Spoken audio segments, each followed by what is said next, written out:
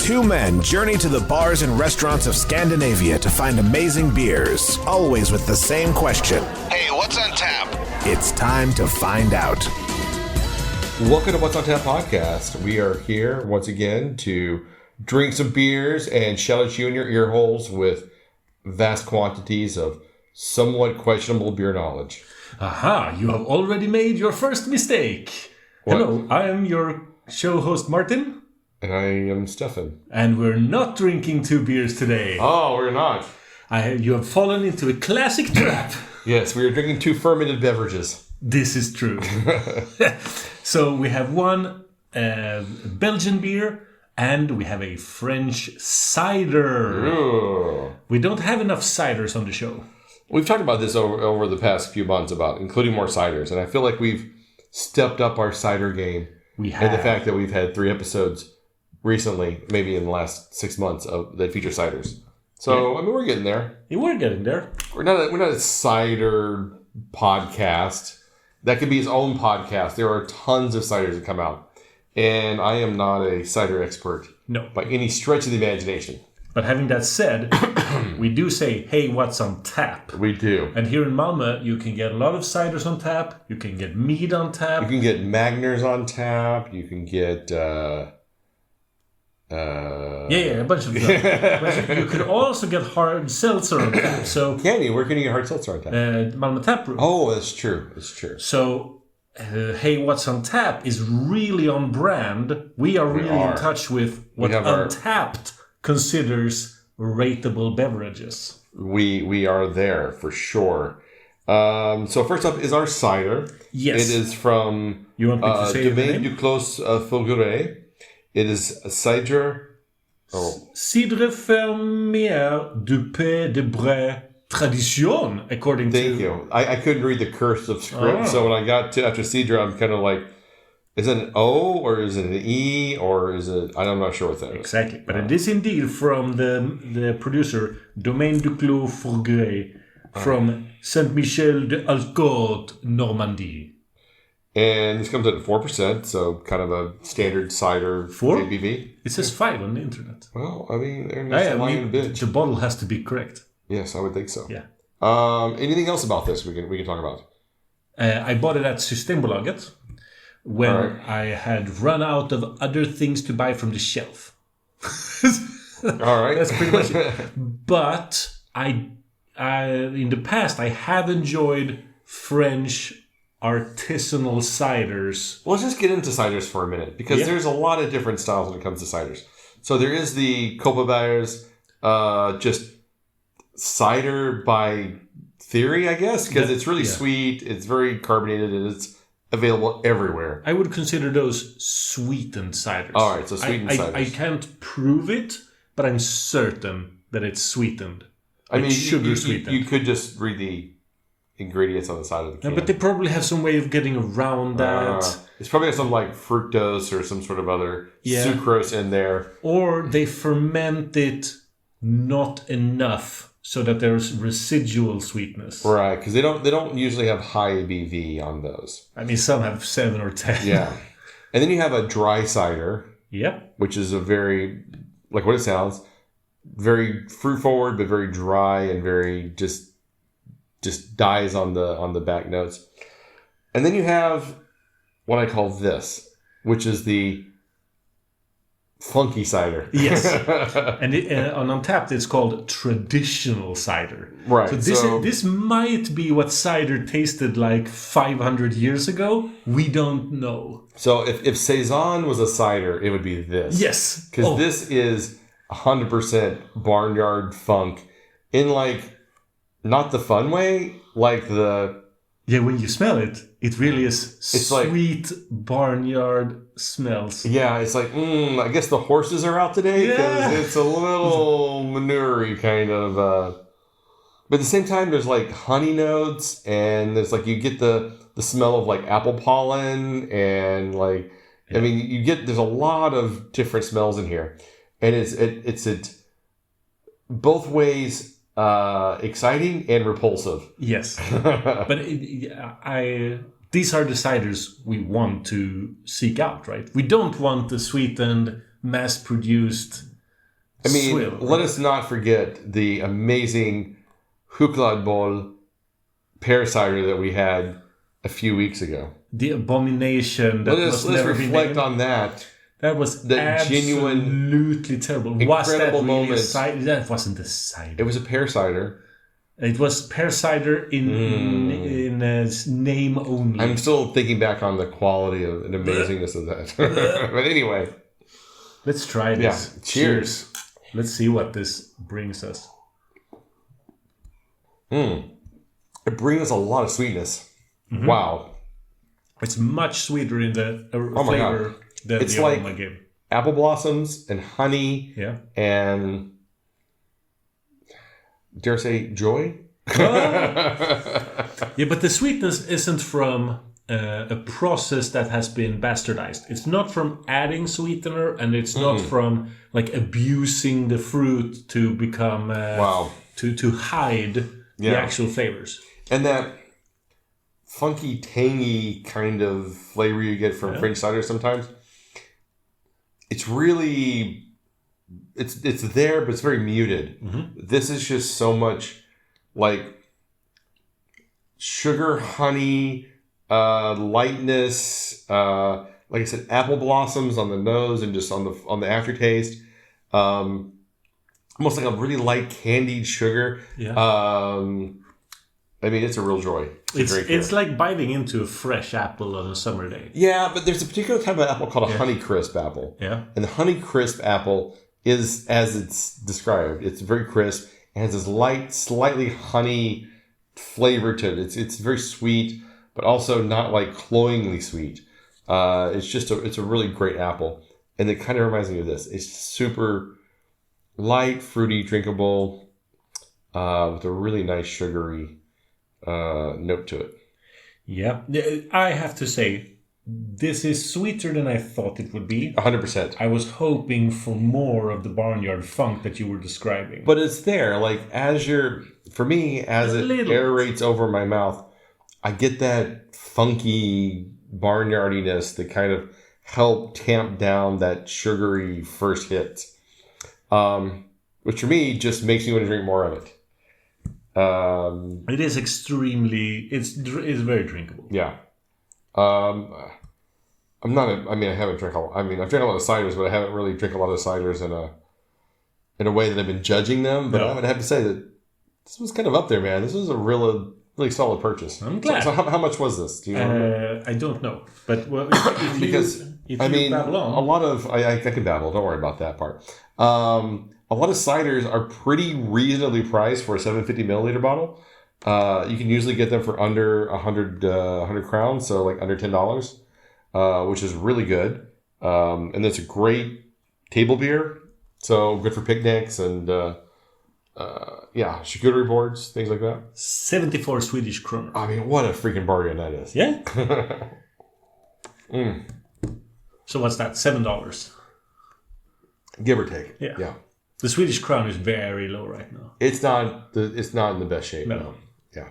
Travel was kind of hurt this summer. Yeah. I'm not gonna lie. All right. So what do you give this one? $3.75. You're a hard man to. You're gonna give it a 4. Wow. I'm gonna give it a 4.25. Wow. Oh. That is amazing. That surprises me. Well, in a happy way. In a good way. Me too. The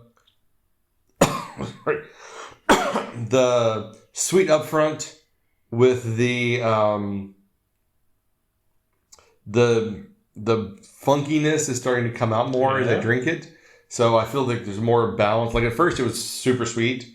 But now as it's kind of aerating a little bit and it's warming up maybe a little bit more, that funkiness that's kind of like used to be off-putting, but now I really super embrace is coming out more. I'm finding a lot of balance between the sweetness and the funkiness, and I think they've done a really great job here. Nice, I'm glad. Me too. I'm gonna have to buy a bottle of this for later. I brought this out kind of as a gamble and as something to hopefully pair up with the other beer. Mm-hmm. There wasn't any other other candidates in the fridge that were like comparable right now. Yeah. And to be fair, I mean, I know so little about ciders that I couldn't tell you, like by reading the label, oh, this is going to be this kind of cider. So for me, every bottle's a gamble. Yeah. Like, I just don't know. But the more I try, the more I want to know, and the more I want to figure out how to detect different types of ciders and what to expect. I actually need that knowledge as well, because when I hear Normandy traditional ciders, I was expecting more barnyard funk, and I was expecting more acidity. That's what I've found. This is not acidic at all. No. Yeah. And that's why it's getting a lower rating for me, because I was really hoping for one of those. I mean, when I go for traditional northern French ciders, I'm hoping for a semi-lambic, to be completely honest. Yeah, I can see that. With some overlap there. And there's no overlap here with Belgian lambic. You're right. And I think if this had a bit of acidity to it, it would really be like close to a 5. Oof. Yeah, it would really just put it over the top. Exactly. It is missing that third note, that extra balance to bring it into line. But yeah, I think I'm quite happy with what this is doing. And there is a category of cider called Graf, which is the lambic cider hybrid.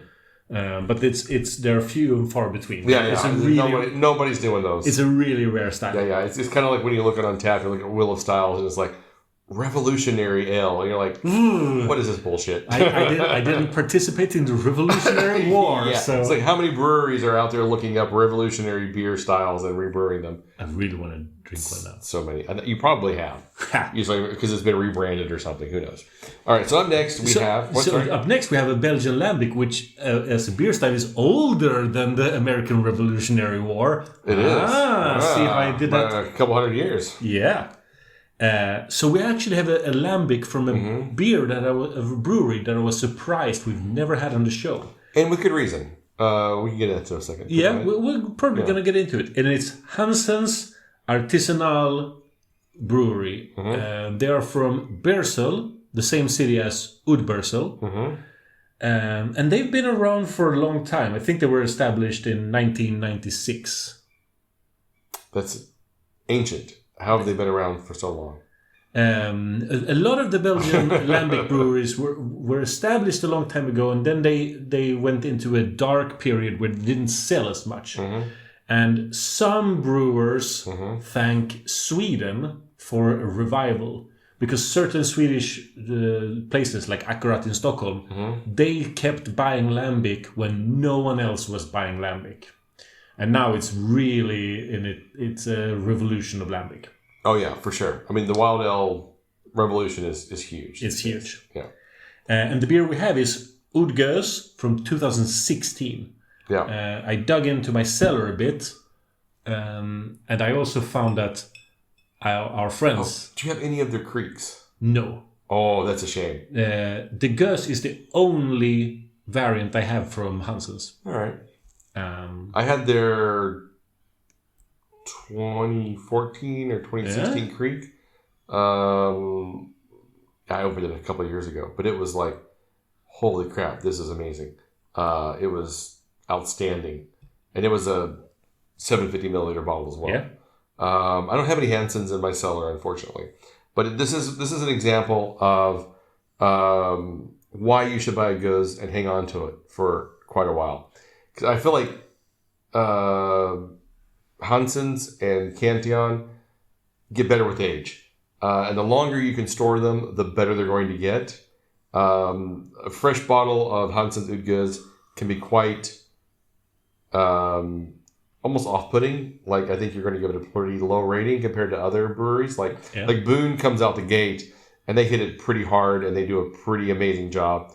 J. Fontaine comes out the gate, usually kill it with their like green apple and citrus notes in their Gueuze. But a lot of other lambic producers, you really need to sit on those beers for a few years. And Hanssens is definitely one that, give it 5 years, open a bottle, you're not going to be disappointed. Having said that, I don't think you've smelled this beer yet. I have smelled it. You have? I'm getting slightly dusty notes from it. There's slightly dusty notes from it. I'm surprised by that. I would expect this to last for at least 10 plus more years. Yeah. But I'm not discouraged by that. I'm also getting a lot of citrus notes off of it. Some lemon, a little grapefruit. A lot of funk. Yeah, a little funk in there. There's a lot of other notes in there that are also, like, I think on first smell, you're definitely like, oh, this is a little dusty. But when you kind of take a few more smells, the perfumes and the other essence start to come out. But I would have never guessed it would smell this dusty. Yeah. After only 8 years. All right. Well, cheers, man. Cheers. Let's try it.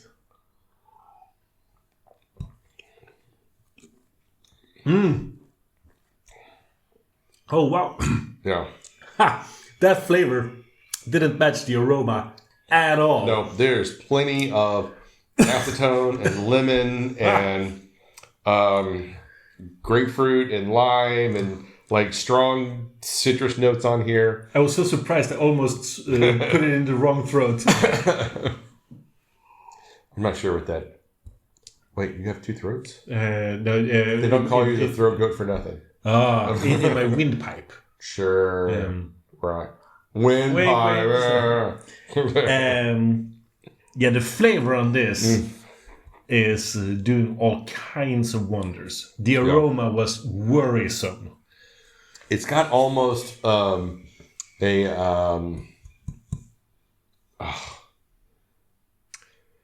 bread, like, all of the flavors you mentioned are true, and that shows you breadth. Like grapefruit, yes, I seldom get grapefruit in any Cantillons or Dufontaines. Yeah. It's definitely present here. It's driving me nuts now. I'm totally blanking on the lemon on the aftertaste really spikes. You gotta help me with the name of this brewery. I'm totally drawing the blank. What brewery are you looking for? They do the red ale that's really acetone. What? Oh, yeah. Napoleon Rodenbach. It reminds me a bit of a Rodenbach. Because up front there is this acetone kind of nail polishy kind of flavors to it. And then you get into the strong citrus profiles. Thank you so much. I was drawing a total blank. It was driving me nuts. I needed to say Alexander. Exactly. Before I went back. And Alexander isn't even the most famous one. No, it's actually the worst. No, it's not that bad. It's got to age out a long time. It's I mean, compared to some of their vintage versions or their regular, it's... The first one I came up with was Duchesse de Bourgogne, but that's not the same brewery, right? It's not. Duchesse de Bourgogne is the brewery. It is the most acetone beer you can buy. Yeah. It is insane. I love it so much. But good Lord, does that need to sit for a bit? Because it is either going to be straight up nail varnish, or it's going to be nail polish remover, or it's going to be just super drinkable. Like, exactly. There's no middle ground. But yeah, this one is kind of reminds me of that, in that straight up turpentine-y kind of flavors, but then it just sells smooth into straight citrus notes with a great effervescence. Oh, effervescence. I'm really glad that we opened this bottle now after having tasted it. This is the reason why you should cellar some lambics. Mm-hmm. It really is on a case-to-case basis, because they change flavor in different ways. Yeah.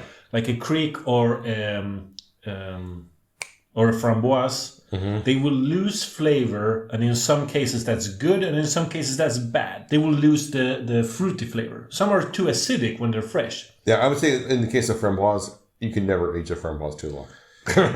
They can be too acidic that it just becomes gall.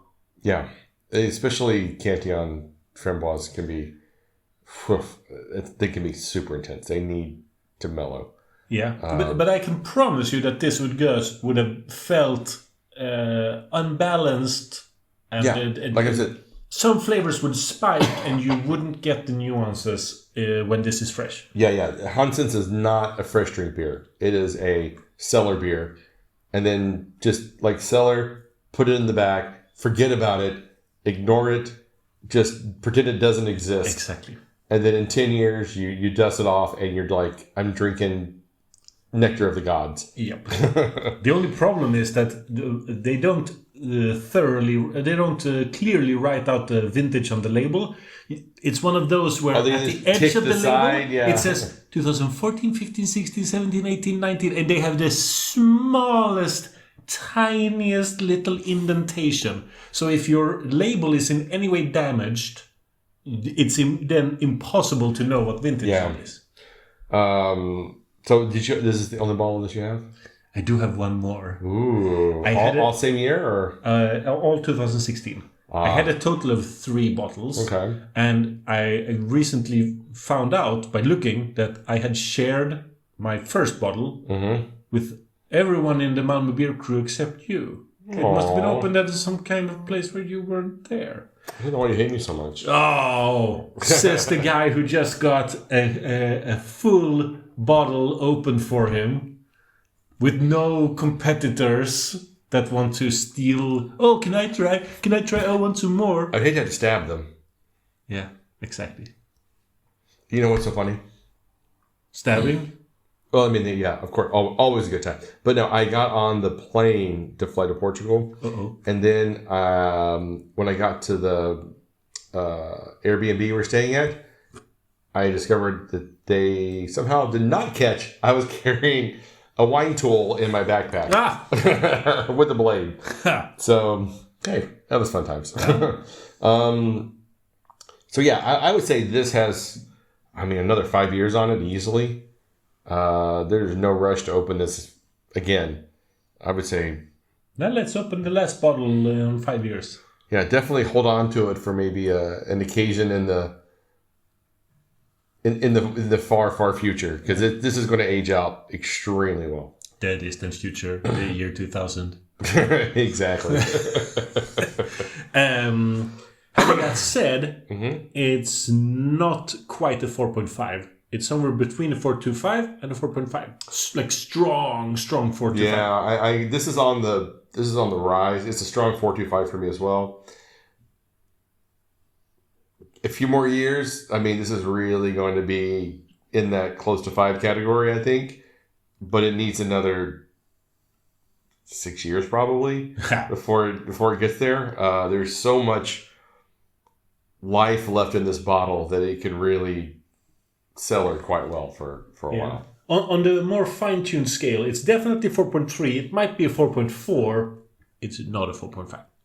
I completely agree. I would give it probably on the fine-tuned scale. I would give it a 4.35. Oh, wow. That's so fine-tuned. I know. A 4.37. 4.3728. Wow. 333 repeating, of course. Exactly. All right. So, some fun beers. 2 really fun beers. Now I said beers. 2 great fermented beverages. Brews. 2 great fermented beverages for this episode. Thank you so much for bringing these. I'm glad they were a lot of fun. We'll wrap it up here then. We went long this episode because we're a little rambling today. But you can find us online at What's on Tap Podcast, Instagram, Spotify, Facebook, YouTube, and wherever you find amazing podcasts, we'll also be there somehow. So until next time, keep drinking, you dum-dums.